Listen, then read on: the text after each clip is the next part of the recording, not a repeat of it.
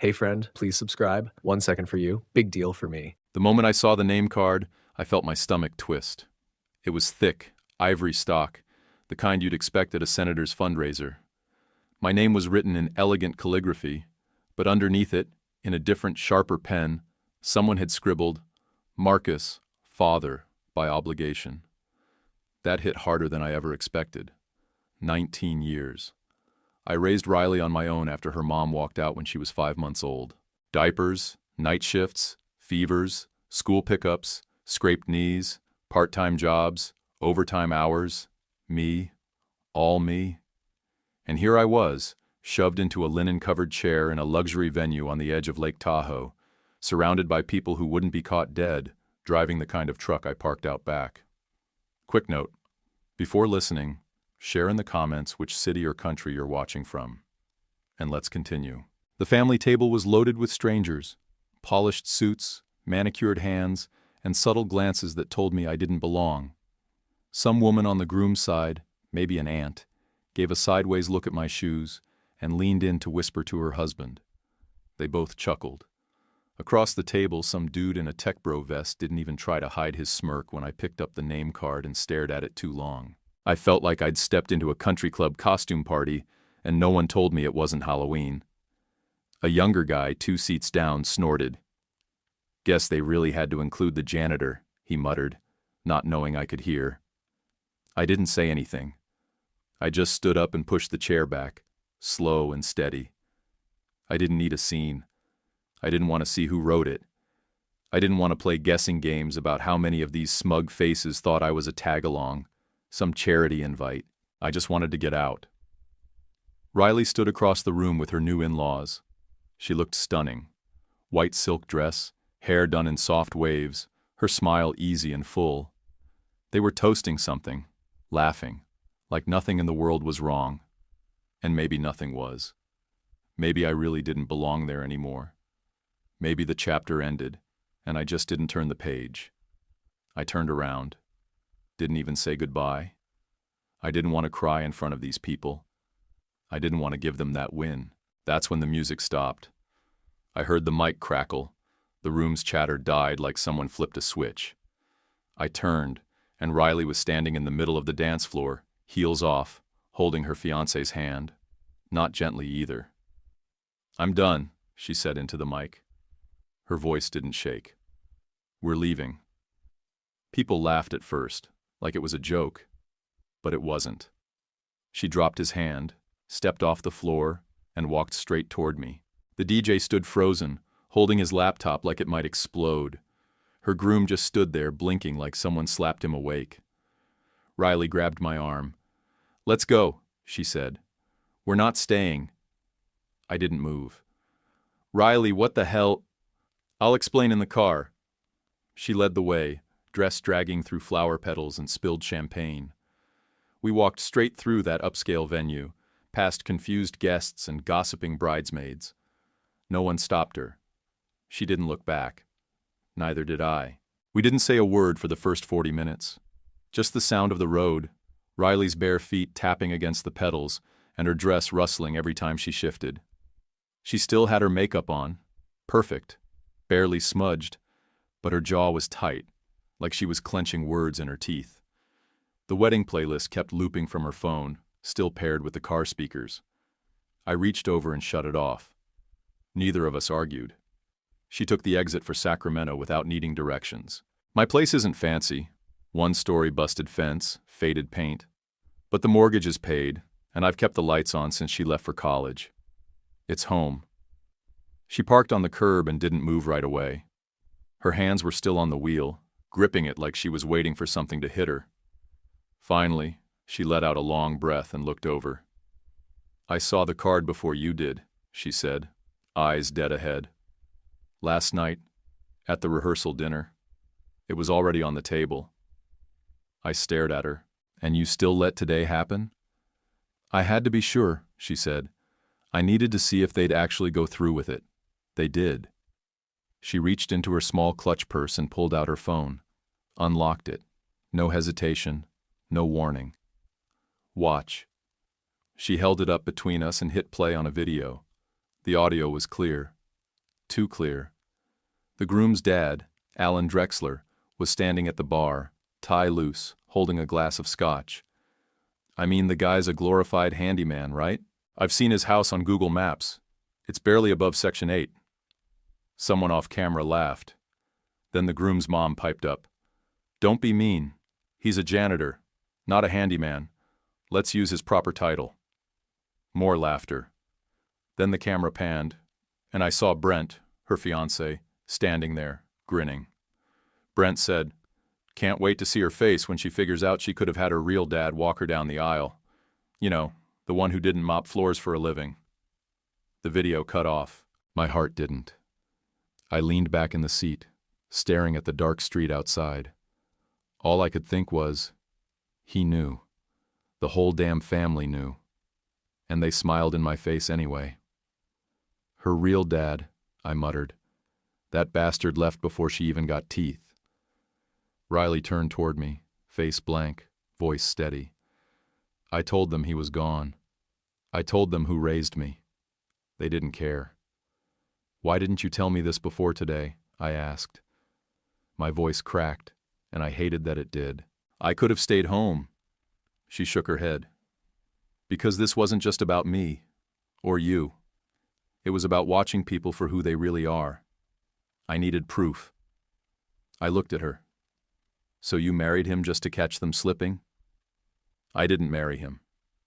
She opened the glove box and pulled out a folded manila envelope. She dropped it on my lap. Never signed the prenup. Had my own legal team review it, revise it, and send back a counter. They ignored it. So I never signed. It's invalid. I opened the envelope. Inside was a packet of paper, legal filings, notarized letters, timestamps, all in her name, all airtight. You had a lawyer? I've had a lawyer since February. Family counsel. Confidential. I shook my head. How long you been planning this? She looked at me. Really looked at me, like I'd asked something ridiculous. Since I started building something worth protecting. I frowned. What do you mean? She pulled her phone back out, tapped a few times, then turned the screen toward me again. This time it was a website, a clean, professional homepage with her face on it. Artera Biotech, predictive diagnostics for preventative care. That's your company? I'm co-founder. We're Series C now. Valuation's around 80 million. I blinked. You never told me. She shrugged. Didn't want to jinx it. And I didn't want anyone thinking I got here because of them. I sat there, holding the phone like it might burn a hole through my palm. My daughter, who used to build robots out of toaster parts, was now the kind of person investors lined up to meet. And I had no idea. She tucked the phone away and said, "They thought they were marrying up." I turned to her. "And you let them think that." Damn right I did. She opened the door and stepped out barefoot into the gravel. I followed. Inside the house, the air was thick with the smell of old leather and dust. She dropped her shoes by the door like she used to, walked straight to the kitchen, and pulled out 2 beers from the fridge like it was still her home. And just like that, I realized something. She never left. Riley slid one of the beers across the table toward me, then sat down and started peeling the label off hers like she was bored. But her eyes were sharp, focused, like a storm sitting just off the coastline, waiting for a reason. She took a sip, then reached down into her overnight bag and pulled out another manila folder, thicker this time, heavier. She dropped it in front of me. It hit the table with a dull slap. "Open it." I raised an eyebrow but did as she said. Inside were stock certificates, legal agreements, purchase records, everything stamped and signed. The first one was under the name Winterlight Holdings. The rest followed the same name. "What is this?" I asked. She leaned forward, resting her elbows on the table. "That's my trust. I've been buying into Drexler Medical Logistics since last year." I stared at her. "You bought stock in Brent's family business?" "No," she said. "I bought control." My mouth went dry. "How much?" 37%, as of last week. I looked back down at the documents. They were clean, traced through holding companies, some tied to Nevada, some Delaware. It was the kind of setup people with serious money use when they want to stay invisible. "That's how they didn't see you coming," I muttered. She nodded once. "They assumed I was just some biotech nerd who'd settle into their world and play along. They didn't realize I already had my own. I used dividend payouts from Artera, and the inheritance Grandma left me. You remember when I asked for help opening that trust account 2 years ago? Yeah. That's when it started." I pushed the papers back slightly and sat back. "You've been sitting on this through the engagement?" "I wasn't sitting," she said. "I was digging." She reached in her bag again and pulled out a black leather-bound folder, the kind executives carry into courtrooms. Inside were spreadsheets, red-marked documents, and internal emails. She laid them out, one by one, like puzzle pieces. "Here's their inventory discrepancy report. They claimed 20,000 in unit loss last quarter. It's closer to 70. Here's the vendor list. Look at this company, GenSync Supplies. Overcharging Drexler by 15%. And guess who owns it? Brent's uncle. Here's their FDA compliance report. Falsified. I had it re-audited through an independent agency." I stared down at the mess. I may not have gone to college, but I know when something smells bad. And this reeked of cover-ups and greed. She slid a document toward me. "They're not just stupid. They're reckless. And once this goes public, they'll be radioactive." I shook my head. "Riley, this is war." "Exactly." She pulled out 3 final documents. These were signed proxy agreements. 2 from minority shareholders, 1 from an independent board director named Ellen Carter. They've been holding around 12% between them. But they're tired of the Drexlers treating the company like their personal playground. I've been working on this for months. Ellen agreed to back me fully if I could reach quorum. I squinted. "So, with their support, I can call an emergency executive vote and win it. And what do you need me for?" That was when she took out one last paper. Shorter. Simple. A proxy authorization form. "I'm transferring my vote to you." I stared at her. "What?" "I'm still a stakeholder, but you'll hold the voting rights temporarily. Public optics. They can't say I'm just a pissed-off ex, but if they have to answer to you, they'll choke on it." She nodded. "Exactly. The man they called a janitor, a glorified handyman." I looked at the form. "Why me, Riley? You're the one who built this plan. You should finish it." "I will," she said. "But this part? This part's yours." She leaned in closer. "They insulted the man who kept the lights on with double shifts. The man who ate leftover spaghetti for lunch so I could buy robotics kits. They mocked him in their country club whispers. And now he's going to chair their board meeting." I didn't move. My hands were still on the table, but they were shaking. Not out of fear. Out of something older. Something I hadn't felt in years. Pride, maybe. Rage. Both. "You really want me sitting at that table?" "I want you at the head of it." "You sure about this?" She smiled, not like a daughter, but like a general handing off the final orders. "I've never been more sure of anything." I picked up the pen, and I signed. She closed the folder and slid it back into her bag like nothing earth-shaking just happened. "Meeting's Thursday," she said. "Be ready. Wear a real suit this time." "I don't have a real suit." "You will." She finished the rest of her beer and tossed the empty bottle into the sink with a clean clank.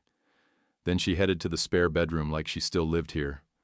Like it was just another night back from college. I stayed in the kitchen, hands flat on the table, papers spread in front of me, realizing just how far she'd gone to protect me. Not with tears, not with hugs, with leverage. My little girl didn't need saving. She came back with a plan to burn the place down. Thursday morning, Riley tossed me a charcoal gray suit still wrapped in plastic. "Tailored. You'll thank me later," she said. It felt stiff, too clean. I'd never worn anything like it. I was used to canvas work pants and boots that could take a fall from a lift. But I put it on, buttoned it up, and laced the leather shoes she left by the door. When I looked in the mirror, I didn't see a janitor. I saw someone they were going to regret underestimating. We walked into Drexler Medical's headquarters at 9:04 a.m., 4 minutes after the board meeting had started. Riley didn't knock.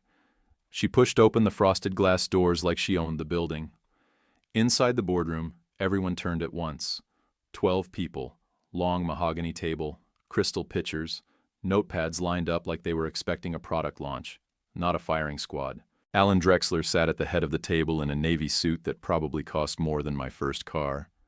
He stood as soon as he saw us. "You're not allowed in here," he snapped. Riley didn't even blink. "Read the bylaws. This is a closed executive session." "I am an executive," she cut in, "as is my proxy." She pointed at me. He looked like he'd swallowed a thumbtack. "You're bluffing." Riley calmly opened her briefcase and pulled out a single document. "Filed Monday. Verified by the corporate secretary. You were copied." She laid it flat in front of him. "I saw the stamp from the state. Legal transfer of proxy authority. My name, bold at the top." Someone cleared their throat near the end of the table. One of the other board members, middle-aged woman, silver necklace, sharp eyes, flipped through a copy of her own agenda. "It's valid, Alan. I saw it come through." He sat down, jaw tight. Riley turned to the room. "I'd like to submit new business. Emergency item. Call for executive vote. Agenda item. Breach of compliance protocol, financial misconduct, and negligent governance." Half the table stiffened. Alan laughed once, sharp and bitter. "You think you can just walk in here and stage a coup?" Riley didn't raise her voice. "I don't think. I know." She stepped forward and opened her folder, passing out copies of the red flag documents like a teacher handing out pop quizzes. No fanfare, just facts. Vendor fraud through GenSync Supplies, tied to your brother. Overbilled by nearly $1.3 million over the last 4 quarters. Internal losses misstated in quarterly reports. Falsified FDA documentation submitted last October to secure warehouse expansion. One man started flipping pages. Another rubbed his temples. Someone whispered, "Jesus Christ." Alan snapped, "This is baseless." "Then prove it," Riley said. "Vote to audit." He stood again. "This company has been in our family for 50 years. We built it from nothing. You think you can just drop in and... Your legacy ended the second you started funneling fake invoices through shell vendors," she said. "You didn't build this. You gutted it." Alan's son, Brent, finally spoke. He hadn't said a word until now. His voice was soft. "Riley, come on. This doesn't have to get ugly." She turned her head, eyes cold. "You already made it ugly." The room went silent. Riley took a breath, then nodded toward me. "My proxy, Marcus Carter, is prepared to call the vote, along with shareholders Ellen Carter, Joseph Nunez, and Kimberly Rice." Ellen, sharp-eyed woman from earlier, raised her hand. "Confirmed." Joseph and Kimberly followed. That gave us 53%. Alan's face drained. He looked at his brother and his nephew. Both sat frozen. "I move to remove Alan Drexler, Walter Drexler, and Brent Drexler from executive authority effective immediately," Riley said. I stood up. "I second." Ellen took charge. "All in favor?" Hands rose. 5, 6, 7, 8. Enough. "Motion carries." Alan's voice cracked. "You can't do this." Riley leaned across the table, calm as ever. "You handed me your trust. I used it. You handed me your arrogance. I weaponized it." I watched as Alan collapsed back into his chair, stunned. Brent didn't move, just stared down at the table like maybe if he didn't look up, none of this was happening. Then Ellen stood. "Final order of business. Interim board chair appointment. Candidate, Marcus Carter." I didn't move. Riley nodded at me once. "Stand." I did. "Votes?" Ellen asked. Hands went up. Same 8. Motion passed. "Congratulations, Chair Carter." The room spun slightly, but I held it together. I didn't smile, didn't speak. I just nodded once and sat back down. Alan stood and stormed out. His brother followed. Brent hesitated. Riley looked him dead in the eyes. This was never about love. Brent blinked. What? She slung her bag over her shoulder. It was about legacy. Then we walked out. No victory parade, no applause. Just quiet heels against tile and a heavy door swinging shut behind us. Out in the lobby, Riley finally exhaled. Her shoulders dropped a little, just for a second. I didn't say anything. She looked at me and grinned. Nice suit. Nice takedown. We stepped outside into the sun. As we stepped out into the parking lot, I squinted up at the sky and thought, what the hell just happened? I had grease under my nails 3 weeks ago. Now I was board chair of a multi-million-dollar company I didn't even know I'd been walking toward. Riley popped the trunk and tossed in her briefcase like it was nothing. Like this was Tuesday. We climbed into the car and didn't speak for a minute. The engine purred. Air conditioning clicked on. I leaned back and stared out the window. You okay? She asked. Yeah, just trying to wrap my head around it. She laughed under her breath. I've been planning this for years. You just jumped in 3 days ago and handled it like a pro. I didn't feel like a pro. I felt like a guy who once changed his shirt in a gas station bathroom between shifts because he couldn't afford to be 5 minutes late. You know what I was thinking in there? I said, while they were all sitting around that table. I kept seeing myself back in the garage, wiping oil off my hands with a shop towel I'd used all week. Riley didn't interrupt. I'd do day shifts at the body shop, come home, heat up leftovers, then clock in for night janitor at the mall. That went on for years. I'd fall asleep standing up in the supply closet sometimes. I missed your second-grade recital because I got stuck cleaning puke off the food court tile. She reached over and rested her hand on mine for a second. Nothing soft about it, just solid. You did what you had to, she said. I nodded. I didn't even know if you noticed. She looked at me, her voice firm. I noticed everything. And I believed her. We pulled into the driveway a little after noon. The sun was brutal. I yanked off the blazer and hung it over my shoulder. Riley went straight to the kitchen, pulled out 2 glasses, and started filling them with lemonade like she hadn't just executed a hostile boardroom power play. I sat at the table again. Same chair from a few nights ago. Same house. Different world. She came over, handed me the drink, and slid another envelope onto the table. But this one was slimmer. Legal size. What now? I asked. This, she said, is the final paperwork for the trust transfer. It moves Drexler into a public equity fund with healthcare access clauses. We're keeping a majority stake under the nonprofit wing, but it locks out personal profiteering. You and I, she pulled out a pen, are final co-signers. I opened the folder. Read the title. Carter Health Equity Public Trust. It had both our names on it. Hers as founder. Mine as interim chair. You sure you want to do this? I asked. Yeah. This wasn't about revenge, Dad. It was about flipping the system that tried to swallow us. I looked at her, and for a second, all I saw was the little girl in overalls who used to sit under the counter in the shop, eating crackers and watching me pull apart brake lines. You remember prom night? I asked. You were freaking out in your room because your dress zipper jammed, and I was outside fixing some stranger's radiator. She laughed. I was 15 minutes late and still made it to pictures. I didn't charge that guy a dime. Didn't even get his name. Just knew his car was smoking and his kid was crying in the back seat. I remember, she said. And I remember thinking, one day I'm going to fix things for him too. I blinked fast and looked down. She reached under the table, pulled out a small black garment bag, and unzipped it just enough to reveal the edge of another suit. Lighter gray, finer material, slim cut. That's for the next meeting. Custom fit. I tried to wave her off. I'm not going to live in suits, Riley. She stood behind me and set the bag on the back of my chair. You're not standing behind me anymore, she said. You're standing beside me. I didn't turn around. I couldn't. My throat locked up, and I felt my eyes go hot. I pressed a knuckle to the corner of my eye like I had something in it, even though we both knew I didn't. She didn't say anything else. She let me sit with it. A few minutes later, we sat side by side and signed the final trust paperwork.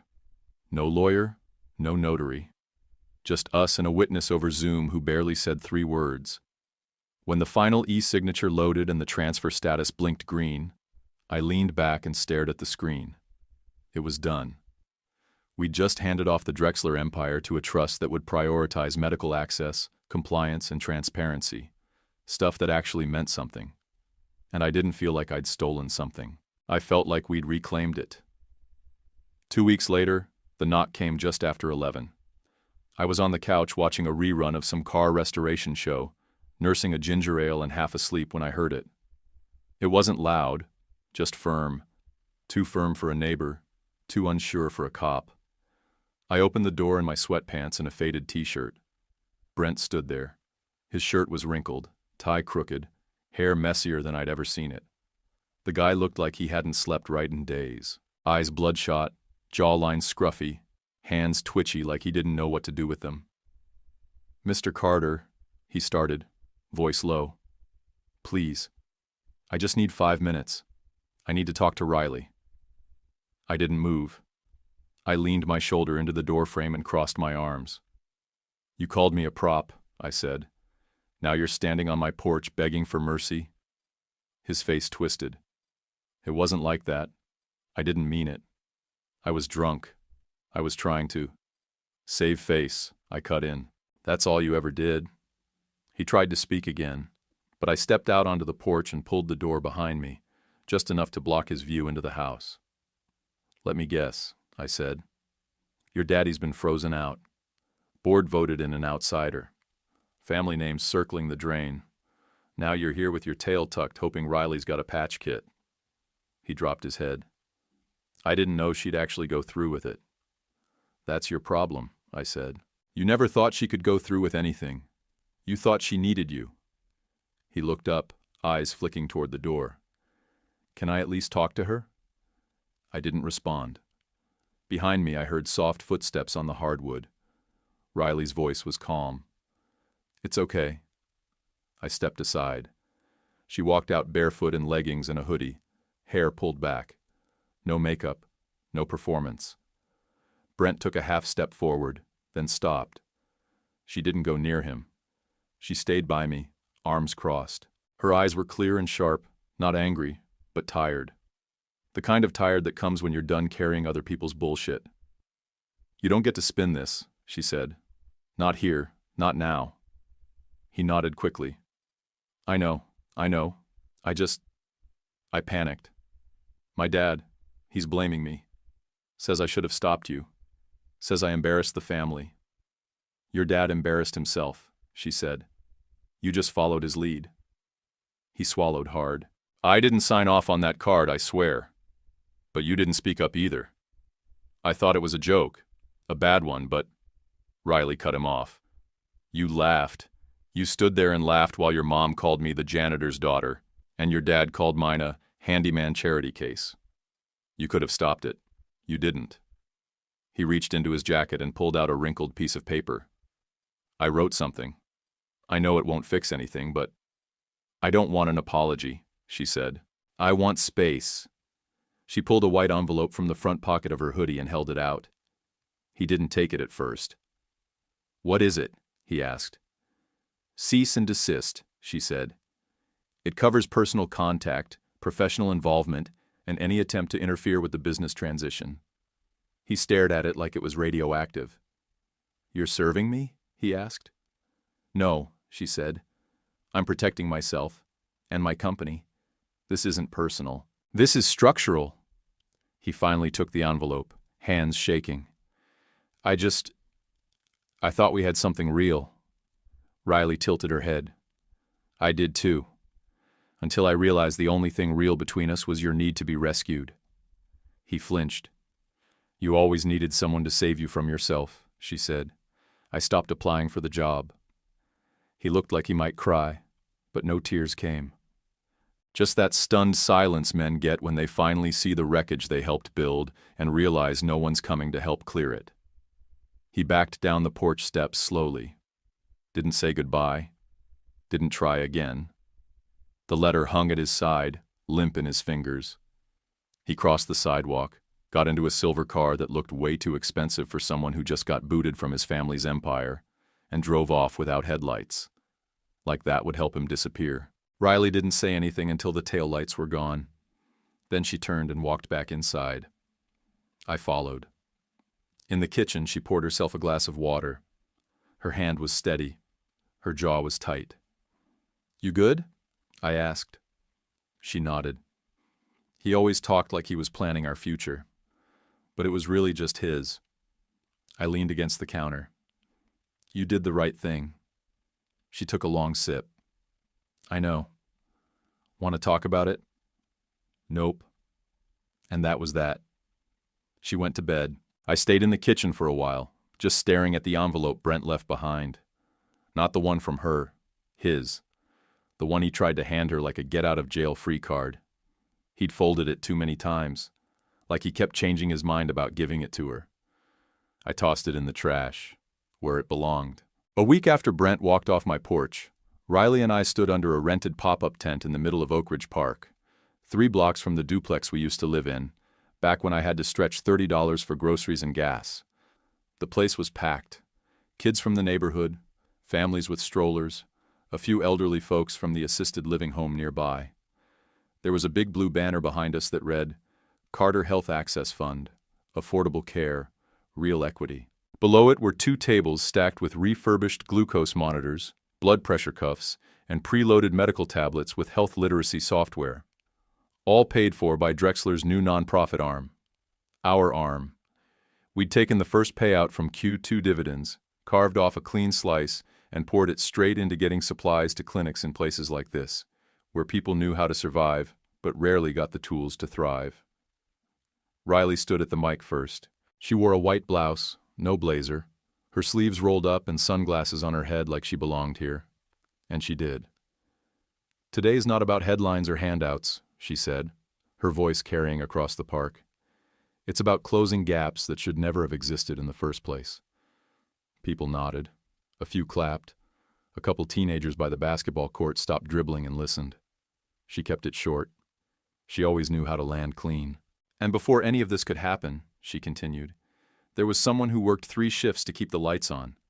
Someone who taught me that showing up matters more than any title." She turned toward me and pointed. "This is the man who made all of this possible." My stomach flipped. I wasn't built for this, but I stepped up anyway. The mic felt too small in my hand. My voice sounded too loud at first, then not loud enough. I cleared my throat. "I didn't know much about business," I said. "Still don't, to be honest. I can't run spreadsheets, and I definitely don't speak in acronyms." That got a few laughs. But I knew how to show up every day. I knew how to do what needed doing, and I guess that was enough to build something that matters. I kept it short and got the hell off the mic before I made it weird. People clapped, genuinely. Not the polite kind, the real kind. After the event, 3 teens, maybe 17, maybe younger, came up to me.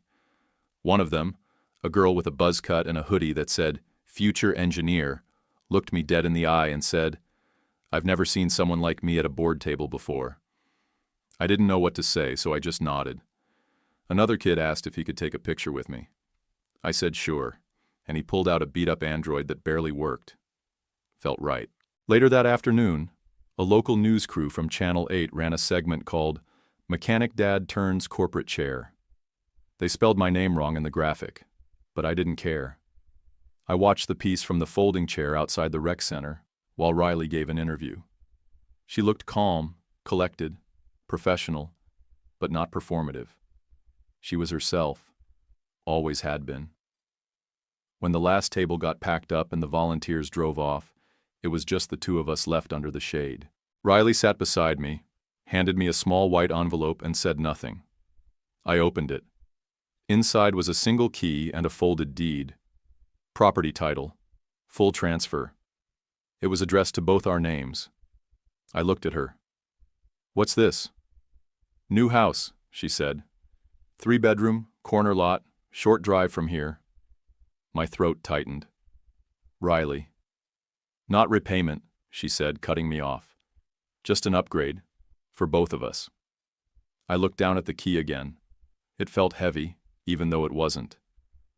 Are we moving? She shrugged. We don't have to. But it's there if we want it. I nodded, still trying to swallow around whatever was caught in my chest. We sat there a while longer, just listening to the wind and the occasional car pass. No rush, no big moment. Just two people who'd spent a long time building something from the ground up, finally getting to stand still for once. And it felt earned. 1 year later, I sat in the front row of a polished auditorium at UC Davis, wearing a dark tailored coat and shoes that actually matched. The stage lights were bright, casting a soft glare across the glass walls, and the rows of business students taking notes like their lives depended on it. Riley stood at the podium in a navy blazer, her hair pulled back. No flash, just authority. She didn't pace or overperform. She held the room with calm presence and clarity, same way she handled that boardroom. Same way she walked into the fire a year ago and didn't blink. Her keynote was called Strategic Patience, Winning by Watching. She talked about timing, leverage, controlling narrative, things I never had names for, but knew how to survive by instinct. The audience leaned in with every word, hanging on her like she invented the concept of waiting your turn to strike. Then someone during the Q&A stood up and asked, "Who influenced your approach the most when you were starting out?" She didn't hesitate. "I learned business from a man who never went to college," she said. "But he taught me cost, value, and return better than any textbook." Her hand lifted just slightly, and her eyes found me. The room clapped. Some of the students even turned around to get a look at me. I didn't smile. I didn't wave. I just nodded, hands folded in my lap, still as stone. Afterward, I left through the side doors while Riley got swarmed by professors and program heads offering coffee and business cards. I figured she'd catch up. The valet stand outside was busy. Students with startup dreams handing off keys to Toyotas they hadn't washed in weeks. I walked past the guy working the stand, same kid who, a year ago at the wedding, had laughed at my rusted-out truck when I pulled up. He didn't recognize me now. Not in this coat, not in these shoes. He took one glance and said, "Nice ride, sir," like I belonged. I slipped him a 5 and said, "Thanks," without breaking stride. The town car was already idling by the curb. Riley was inside, finishing a bottle of water and scrolling through texts on her phone. She looked up as I climbed in. "You crushed it," I said. "I know," she replied. "But thanks." We pulled away from the curb and eased into campus traffic. Neither of us said much at first. Then I turned slightly in my seat, looked out the tinted window and said, "You didn't have to do all this." She didn't look at me when she answered. "You're right," she said. "I didn't. I wanted to." We passed the edge of campus, hit a red light at the intersection, and sat in silence. Then I saw it. A billboard across the road, sitting above the gas station we used to fill up at with quarters and dollar bills. Big white letters on a navy background. Integrity is inherited. Carter Health Equity Fund. No fancy design, just words. I leaned back in the seat and closed my eyes. Not revenge. Resolution. That's what it felt like. Would you have forgiven Brent if you were in Riley's shoes? Drop your answer in the comments. And if this story kept you hooked, don't forget to like and subscribe for more. YouTube picked this for you. Tap it. Let's see if they guessed right.